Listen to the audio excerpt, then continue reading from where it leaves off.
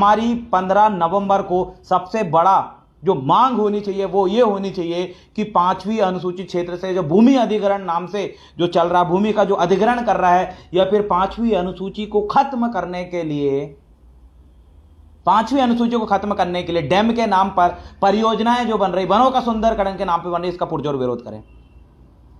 मैं आपसे यह कहना चाहता हूं कि 5वीं अनुसूची क्षेत्र बचाओ, 5वीं अनुसूची क्षेत्र और उसके अधिकार बचाने की हमारी सबसे बड़ी लड़ाई को हमें अंजाम देना पड़ेगा। हमने देखा कि बड़ी बड़ी पार्टियां जो हैं, इंडिया की, भारत की सबसे बड़ी बड़ी जो पार्टियां हैं, उन्होंने अपने अपने स्टेटमेंट लॉन्च कर दिया है, कहीं की प्लानिंग बन चुकी है। मैंने पढ़ा कि 15 नवंबर को ये करेंगे, वो करेंगे, बड़े बड़े स्तर पे वो आपको बेवकूफ बनाने का काम या लॉलीपॉप देने का काम या वोट को खींचने के लिए नए नए प्रकार के फिर लॉलीपॉप आपके लिए तैयार रख रही है।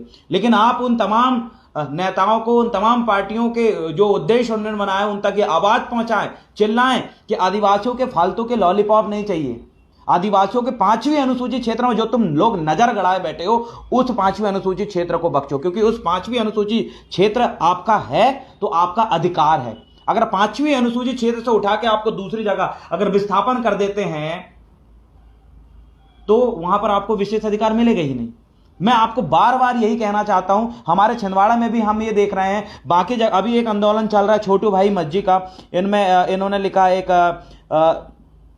लिखा है कि कोलकाता की इंडस्ट्री है, मुंबई इस्पात industry, gas industry, steel Mumbai, इस्पात इंडस्ट्री नवी, और कौन कौन, श्रीमती कल्पना अग्रवाल नागपुर। इन्होंने बहुत सारी कंपनियों का उल्लेख किया है और इसमें लिखा है कि 200 से अधिक गांव के लोग एकजुट होकर विरोध कर रहे हैं, 25 खदान नहीं देंगे। यह सभी कंपनी हमारे क्षेत्र के आदिवासी लोगों के बेदखल करेगा, सभी कंपनियां ग्राम सभा अनुमति भी मतलब आप जहां देखो वहां पर जो है हमारी जल जंगल जमीन की लड़ाई चल रही है।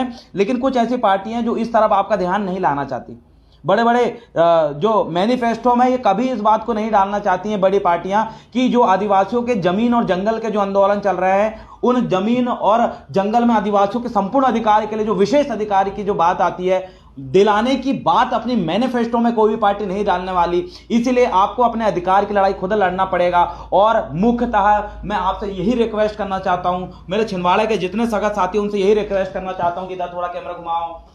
हाँ, ये देखिए हमारा ये पूरा सिस्टम बना हुआ है। हमने ये निकाला कि छिंदवाड़ा जिले में 5वीं अनुसूचित क्षेत्र कौन कौन सा है, तो इसमें साफ समझ में आया है कि हर्री हमारे 5वीं अनुसूचित क्षेत्र है। और इसी में आप हल्का सा टटोलेंगे तो आपका ये तामिया 5वीं अनुसूचित क्षेत्र है, ये जुन्नारदो वाला एरिया 5वीं अनुसूचित क्षेत्र है, पांडुरना पूरा 5वीं अनुसूचित क्षेत्र है। तो हमारी पूरी प्लानिंग ये बन रही है। मैं आपसे ये कहना चाहता हूं कि अपने 5वीं अनुसूचित क्षेत्र में किसी भी प्रकार का विस्थापन और किसी भी प्रकार के डैम नाम का जो बहुत बड़ा पूंजीपतियों का जो गेम चल रहा है, उसका पुरजोर विरोध करें।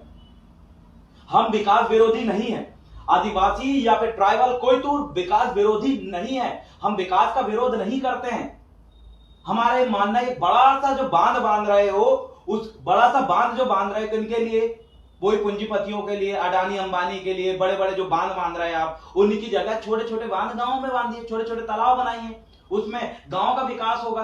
आप ये कौन सा क्या आदिवासियों के क्षेत्र को आप एजुकेशन का हब बनाएंगे ना। बहुत डॉक्टर आनंद राय जी ने एक बहुत शानदार बात मुझे कॉल के माध्यम से बताया था कि आपका जो क्या बोलते हैं, डैम के नाम पर जो बहुत बड़े बड़े 60 या 70 गांव आपके जो डूब रहे हैं, बफर जोन के नाम पे बीच में जो डूब रहा है, वहां पर आप ये मुद्दा उठाइए, बोले कि ये जो आदिवासी 5वीं अनुसूचित जो क्षेत्र आदिवासियों के जो ट्राइबल एरिया है, वहां पर ये डैम क्यों बना रहे हैं भाई।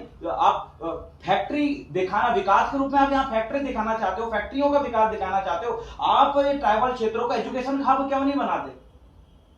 मतलब यहाँ कोटा मध्य प्रदेश जो है या फिर छिंदवाड़ा में इस तरह विस्थापन का नीति लेके आ रहे हैं, छिंदवाड़ा को मॉडल ही आपको बनाया, तो एजुकेशन के रूप में मॉडल बनाइए। ये फालतू की गैसैली फैक्ट्री के नाम पर एक मॉडल क्यों बना रहे हैं आप। 5वीं अनुसूचित क्षेत्रों को खत्म करने के लिए वहां डैम बना देते हैं और बिजली का पावर प्लांट आप खोद रहे हैं, और उसी बिजली जो है वहां पर पानी इकट्ठा करके आप वहीं के जो किसान उनको पानी नहीं मिलता, अमीरों के पास पानी जा रहा है। मुख्यतः आप ये बात याद रखें कि 5वीं अनुसूचित क्षेत्र में हम विस्थापन नहीं सहेंगे।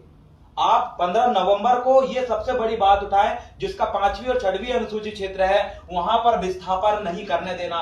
क्योंकि आप ध्यान दीजिए, ये उदाहरण के तौर पे ये मेरा पांडुरना है, ये जो है ये पांडुरना बना हुआ है। ये पांडुरना के अंदर अगर कोई आदिवासी रहता है तो उनको यहाँ पर 5वीं अनुसूची का विशेष अधिकार मिलेगा। पांचवी अनुसूची का विशेष अधिकार इसी कटघरे या फिर इसी नक्शा या इसी क्षेत्र के अंदर आपको पांचवी अनुसूची का अधिकार मिलेगा। अगर यहां से विस्थापित करके आपको यहां पर विस्थापित कर देंगे, कहां पर, यहां छिंदवाड़ा में विस्थापित कर देंगे, तो आपको यहां का विशेष अधिकार यहां नहीं मिलेगा। तो कहने का मतलब है यहां आपकी जल जंगल जमीन में आपकी वन्य संपदा है, खनिज संपदा भरी पड़ी है, इसको आपको नहीं छोड़ना है, यहां पर विस्थापन हम नहीं देंगे। मेरा कहना है तमाम आदिवासियों संगठनों से कि जो पांचवी अनुसूची क्षेत्र के बाहर ही बहुत बड़ा उस पांचवी अनुसूची क्षेत्र का एक नक्शा बनवाइए और उसमें साफ ये कह दीजिए कि इस पांचवी अनुसूची क्षेत्र में किसी भी प्रकार का विस्थापन हम नहीं सहन कर सकते, क्योंकि सरकार को पता है कि ये लोग अपना स्वशासन का अधिकार मांग रहे हैं। स्वशासन का अधिकार पाने के लिए ये लोग आंदोलन कर रहे हैं, मरने के लिए तैयार हो जा रहे हैं, अपने आप को गोली के सामने छलनी कर दे रहे हैं। आपने देखा बस्तर में चल रहा है आंदोलन, आपने देखा छत्तीसगढ़ में जो आंदोलन चल रहा है वहां पर कितने जंगल बचाने के लिए हमारे भाई जो है इन लोगों के निशान, बंदूक के निशान के सामने आके अपने आप का जान को कुर्बानी दे दी। क्यों? हमारे जंगल बचाने के लिए हमारा इतना बड़ा आंदोलन चल रहा है, लेकिन कहीं ना कहीं किसी अदर समुदाय का कोई एक आंदोलन रहता तो पूरा का पूरा समाज जो है एक आंदोलन में फोकस करके लड़ने लगता है। लेकिन हम लोग बढ़ चुके हैं। हमने देखा छोटू भाई मज्जी का एक पोस्ट पढ़ा और कहीं छत्तीसगढ़ में एक जंगल आंदोलन चल, मध्य प्रदेश में अलग चल रहा है, वक्सवा में अलग चल रहा है, पूरे भारत के हर एक राज्य में आदिवासियों को अलग अलग आंदोलन चल रहा है और वो अकेले अकेले मुट्ठी भर लोग हम लड़ रहे हैं। तो आप देखिए पूरी जगह आदिवासियों की एक ही स्थिति। इस देश को छोड़कर आप अगर यूएसए में जाएं, ऑस्ट्रेलिया में जाएं, तो वहां पर भी जंगलों में जहां हमारे ट्राइबल लोग रहते हैं, इंडिजिनस पीपल रहता है, वहां पर अंगार लगा के उस क्षेत्र को खत्म कर रहे हैं, वहां से आदिवासियों को भगा रहे हैं ताकि उस जमीन को, वहां के खनिज संपदा को पंजीपति को सौंप सके। हम सीधा सा फोकस ये बनाए कि पांचवी अनुसूची क्षेत्र में किसी भी प्रकार का विस्थापन हम नहीं सहेंगे। पांचवी अनुसूची क्षेत्र में किसी प्रकार के डैम नाम की परियोजना पांचवी अनुसूची में नहीं बनने देंगे। अगर आपको डैम बनाना ही है तो छोटे स्तर पे बनाओ, गांव में बनाएंगे, गांव में जहां बंजर जमीन पड़ी वहां पर डैम बनाए ना, वहां पानी रोकें, हम आपको मना नहीं कर रहे, लेकिन इतना बड़ा डैम किसके लिए बना रहे आप? वहां के लोगों के लिए क्या? लाखों लोगों का विस्थापन कर रहे हैं। जल जंगल जमीन को छोड़कर लाखों लोगों का विस्थापन के नाम पर आप विकास की बात कर रहे हैं। ऐसा विकास नहीं चाहिए जिसमें हमको विस्थापन होना पड़े। ये षड्यंत्र से बाहर निकलिए और जितने भी जो बड़े बड़े लोभी नेता आपको लोभ लालच देने के लिए आपके पास आएंगे, उनके कान में एक बात पहुंचाए कि पांचवी अनुसूचित क्षेत्र में कोई विस्थापन नहीं सहेंगे। और जो पेशा कानून की बात आती है तो पेशा कानून में जो भूमि अधिग्रहण का कानून बना है पहले उसको हटाइए, उसके बाद पेशा कानून की हम बात करेंगे, पेशा कानून को लागू करने की हम बात करेंगे, क्योंकि पेशा कानून में बहुत संशोधन की जरूरत है। पांचवी अनुसूची को अमल करवाने के लिए या फिर बहुत आसानी से अमल करवाने के लिए पेशा कानून जो है 1996 में इन्होंने बनाया, उससे पहले कोई ऐसा कानून इन्होंने अमल करने के लिए या फिर इस प्रकार से कोई बनाने की जरूरत नहीं समझी। कुल मिला के आप समझिए देश आजादी के बाद से हमारे जल जंगल जमीनों में निगाह इन लोगों की गड़ाए बैठे हैं। हमारी, अगर आप सब चीज में देख लीजिए, हमारी बेटियों के साथ शादी करके उनका शोषण कर रहे हैं ये लोग, हमारी बच्चियों का शोषण हो रहा है। जमीन में देख लीजिए आप, आदिवासियों की जमीन को गैर आदिवासी तक फर्जी तरीके से ट्रांसफर कर ले रहा अपने नाम पे, मतलब बेटियों का भी शोषण हुआ, जमीन का भी शोषण हुआ। हमारे हक और अधिकार की अगर आप बात करें, हमारे जो विशेष अधिकार है उनका भी शोषण हो रहा है, मतलब बेटी का भी शोषण हो गया, शोषण के रूप में वो हो जा रहा है। उसके बाद आप देखिए सेकंड, जमीनों का भी शोषण, अधिकारों का भी शोषण हो रहा है। इतिहास में आप देख लीजिए, हमारे महापुरुषों का, क्रांतिकारियों का नाम इतिहास में, अभी कुमराम भीमू के बारे में हम पढ़ रहे थे, इतना महान क्रांतिकारी, और हम यही बादल बोई के बारे में पढ़े, इनका नाम इतिहास में तक नहीं है। मतलब आपको रोटी बेटी से लेकर, इधर जमीन से लेकर, अधिकार से लेकर, इतिहास से लेकर, धार्मिक अपनी संस्कृति को लेकर सब कुछ खत्म करने के लिए इतना जो गहरा षड्यंत्र रच रहे हैं लोग, उसके खिलाफ हम तमाम युवा साथी समझ चुके हैं, जान चुके हैं। लेकिन पहली सीख हम सबके लिए यही है कि पांचवी अनुसूचित क्षेत्र को सुरक्षित रखना, अपनी संस्कृति को सुरक्षित रखना, क्योंकि वो संस्कृति बचेगी तभी हमारा अस्तित्व है। फेसबुक में मैंने एक सवाल भी पूछा था, वो सवाल यह है कि मैंने किया था कि आदिवासी में जो गौंड और प्रधान है इसमें आपस में संबंध बना सकते हैं या नहीं बना सकते, इसमें आपका क्या विचार है? बहुत सारे लोगों में जानना चाह रहे थे कि लोगों का विचार क्या है। तो इसको भी मोटे तौर पे समझ लीजिए, आदिवासी गैर आदिवासी से शादी क्यों नहीं करता, इस बात को समझ लीजिए। आदिवासी इंटरकास्ट मैरिज क्यों नहीं करना चाहता, ये आदिवासियों की संस्कृति में इंटरकास्ट मैरिज को महत्वपूर्ण क्यों नहीं समझा गया, इस मोटी चीज को आप इस बात से समझिए। जो आदिवासी व्यक्ति है, जो यहाँ का कोयतूर है, इंडिजिनस हमारा जो पीपल है, वो अपनी संस्कृति के ही लोगों के साथ अपना विवाह करता है। क्यों करता है? अपनी संस्कृति का संरक्षण के लिए। उसकी परंपराओं का, जो प्रकृतिवादी परंपरा, उसको संरक्षण के लिए, उनकी छोटी छोटी पूजन पद्धति या बहुत सारी ऐसी रहस्य है उनको संरक्षण के लिए। कल की अगर आदिवासी आपस में, बहुत सारे युवा साथी इस बारे में सोच नहीं पाते और ये अपने फेसबुक के माध्यम से या ट्विटर के माध्यम से बोलते हैं कि सब आदिवासी शादी करो। तो मेरा ये आप तमाम लोगों से कहना है कि हमें अपनी संस्कृति का संरक्षण करके रखना है।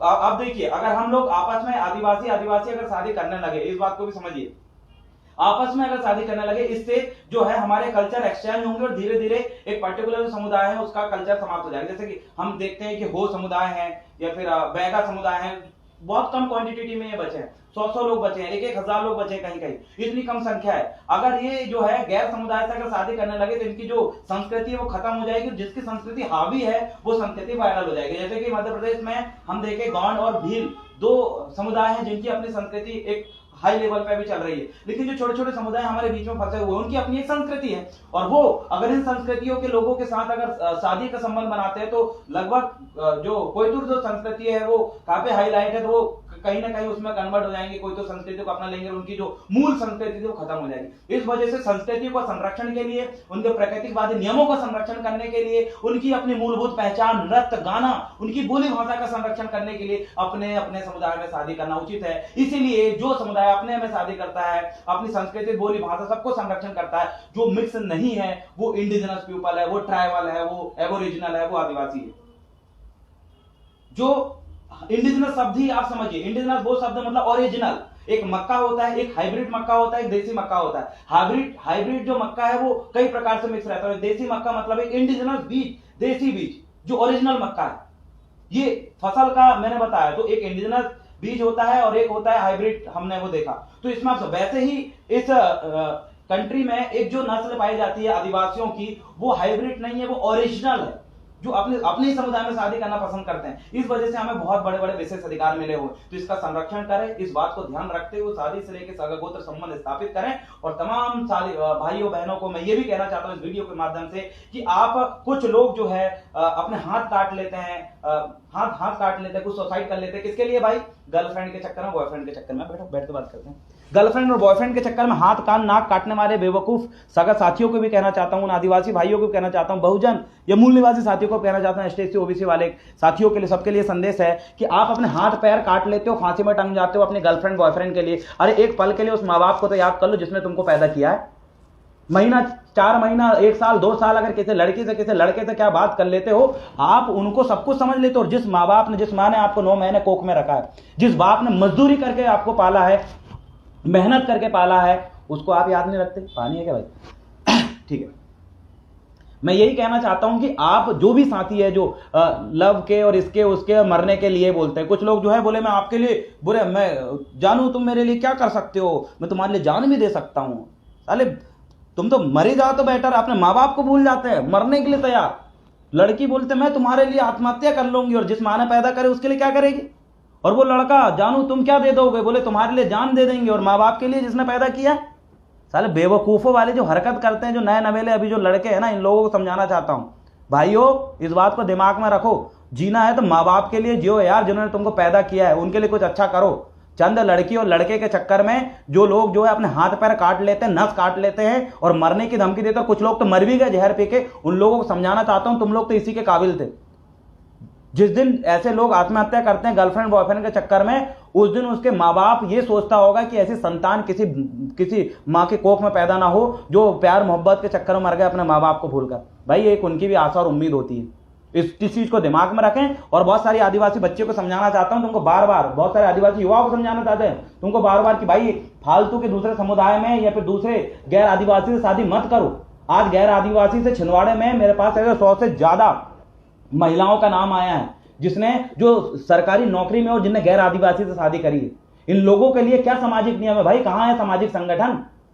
हम लोग छात्र संगठन से मजबूरी में हमें सब काम करना पड़ता है। आज के समय में कोई आदिवासी बेटी के साथ अगर बलात्कार होता है, कोई गैर आदिवासी शादी करने के बाद उसको मर्डर करता है, मारता है, इसके जिम्मेदार कौन है? वो आदिवासी संगठन है, सामाजिक संगठन है। उनका सबसे बड़ा काम यह है कि उनके समाज के लोग अगर अपने समाज के साथ धोखा करें, उनके समाज की बेटी और परिवार में अगर ये सामाजिक बंध या फिर सामाजिक जुड़ाव या सामाजिक मजबूती नहीं लाएंगे, तो इस वजह से ऐसी हरकतें हो रही है।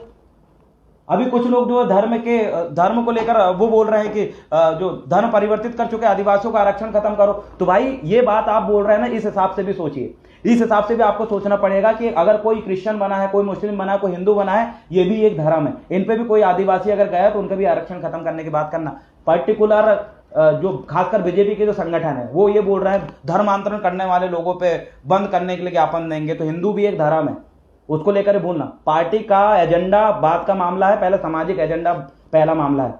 तो सामाजिक संगठन, जितने भी सामाजिक संगठन बने हुए हैं उनसे मैं यही कहना चाहता हूं, पहली अपनी समाज को मजबूत करने के लिए हर परिवार में सामाजिक मूवमेंट से जोड़ने के लिए आप ये प्रयास करें। आज जो बहुत सारे जो मैटर होते हैं इंटरकास्ट वाले या बहुत सारे इस प्रकार के मामले होते हैं जिसमें एक पढ़ लिख कर एक हमारे आदिवासी बेटा, आदिवासी बेटी गैर आदिवासी शादी करता है, और इस प्रकार के जो मामले हो रहे हैं उसके जिम्मेदार हमारे आदिवासी सामाजिक संगठन है। क्योंकि हर एक संगठन की एक जिम्मेदारी है। अगर हमारे सांस्कृतिक संगठन, उनकी जिम्मेदारी है संस्कृति को संरक्षण करना।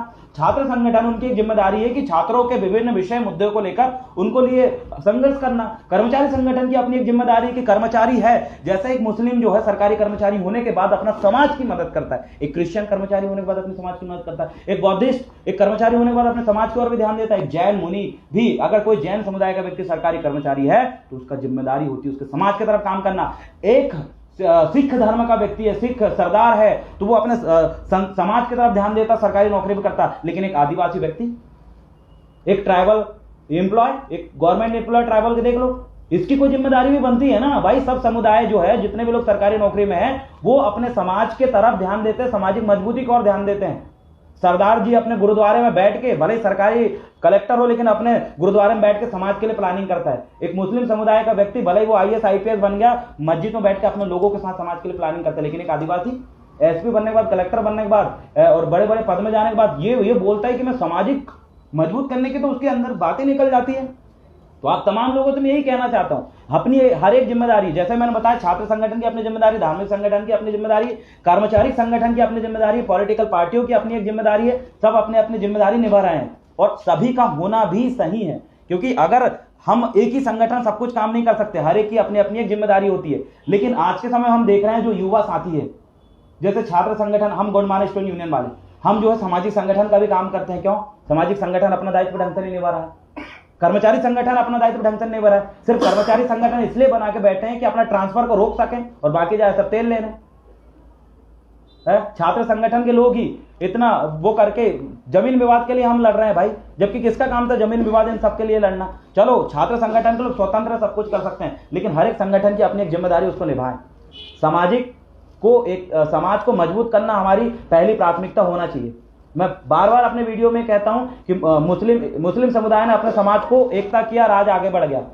रघुवंशी समुदाय ने अपने समुदाय को एक किया, राज वो आगे बढ़ गया। ब्राह्मण समुदाय ने अपने समाज को एक किया, आज वो आगे बढ़ गया। सिख समुदाय, क्रिश्चियन, हर एक व्यक्ति ने अपने अपने समाज को मजबूत, कुनबी समुदाय को देख लो, उनने एकता उन पे आई, वो आगे बढ़ गया। साहू को देख लीजिए आप। लेकिन आदिवासी का क्या है भाई, पहली जिम्मेदारी है अपने समाज की एकता, और उसमें सबसे बड़ा रोल जो अदा करेंगे वो दो करेंगे। वो ये है, एक तो कर्मचारी संगठन, दूसरा सामाजिक संगठन।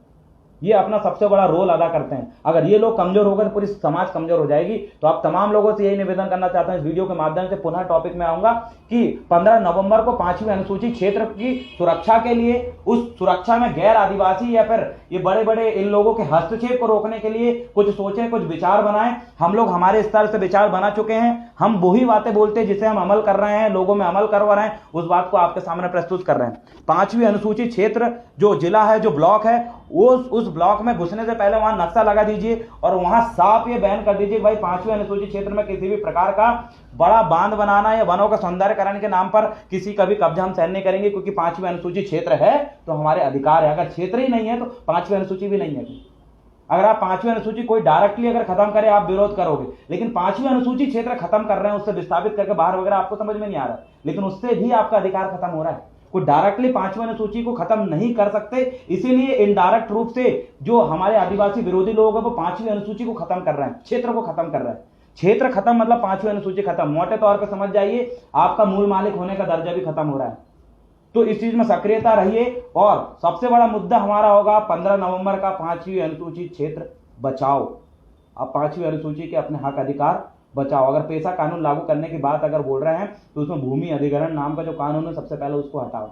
ये मोटी मोटी बात मैंने आपको बोला, सेवा जोहार। और जिसको मेरी बात बुरी लगी हो 2 रोटी ज़्यादा कर लेना, क्योंकि भाई बकबक कई बार ज़्यादा ही कर देता हूँ, लेकिन कर रहे हैं काम ना तो अंदर से जो है कुछ गुस्सा आ जाता है। कई बार आप लोगों के सामने प्रस्तुत कर दिया, अगर किसी को कुछ बुरी लगा हो, छोटा भाई समझ के, बड़ा भाई समझ के, बेटा समझ के आप माफ़ करें। लेकिन मेरी जो जिम्मेदारी थी मैं निभा रहा हूँ, मैं चाहता हूँ आप भी मेरे साथ निभाएं। जय सेवा, जय गौड़माना, जय आदिवासी।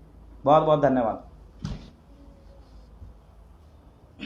ये हमारा ऑफिस में हम बैठे हैं और इस प्रकार से हम बहुत सारी किताब पढ़ते रहते हैं। देखिए अभी एक किताब हमारे पास ये रखी है, ये देखिए ये किताब देखिए मैंने ये पढ़ रहा हूँ, ये डेल कार्नेगी की लिखी हुई किताब है। इस किताब का नाम है लोक व्यवहार, प्रभावी व्यक्तित्व की कला। इसमें आप क्या क्या सीख सकते हो, देखिए इसमें क्या क्या सीख सकते हैं। इसमें लिखा किस तरह से आसानी से दोस्त बनाए, मतलब हम अधिकतर जो है अपने आदिवासी भाइयों को आसानी से जो है अपनी जो बात है नहीं समझा पाते या फिर आसानी से हम बात नहीं कर पाते। इसमें ये तो टॉपिक लिखा है, लेकिन इसमें महत्वपूर्ण चीज ये दी गई कि आपको कैसे बोलना है, कब बोलना है, क्या बोलना है, बोलने का तरीका क्या है, सोचने का तरीका क्या है। ये सोच बदलने की किताब है, हाउ टू विन फ्रेंड्स। ये आपको ऑनलाइन भी मिल जाएगी, ठीक है। अब मैं एक किताब और पढ़ रहा हूँ, इसमें जनजातीय लोक कला एवं उनकी संस्कृतियां। डॉक्टर नकल सिंह नौरे सर हमारे विश्वक हमारे पानी से एक सर रहे हैं जो लिंगोबाज हो चुके हैं, लेकिन उन्होंने अपनी कल्चर संस्कृति को संरक्षित करने के लिए बहुत बड़े बड़े कदम उठाए हैं, बड़ी बड़ी किताबें हैं। और इसको लेकर ही हम देश विदेश की और अपने लीगल राइट्स की भी हम बहुत सारी किताबें पढ़ रहे हैं। मैं ये भी पढ़ रहा हूँ आर्यों का नैतिक पोल, प्रकाशन पेरिया, ललई सिंह यादव, बहुत सारी किताबें जिनका हम अध्ययन कर रहे हैं। और मैं यही चाहूंगा कि आप तमाम साथी भी अध्ययन करें और अपना काम पूरा सिस्टमेटिक तरीके से करें। अगर आप सिस्टमेटिक तरीके से काम करेंगे तो आपको सफलता एक न एक दिन जरूर हासिल होगी। मेरे पास पोया पोएम भी रखी हुई है, वो बैग में है, मैं उसको भी पढ़ता हूँ। तो आप तमाम साथियों से यही आग्रह करता हूँ कि वीडियो को शेयर करें और कोशिश करें जो मेरे विचार अमल करने लायक उनको अमल करें, जो मेरे विचार अमल करने लायक नहीं है उन्हें भूल जाए। अच्छी बातों को याद रखें और आगे बढ़े। बहुत बहुत धन्यवाद। सेवा सेवा, सेवा जोहार।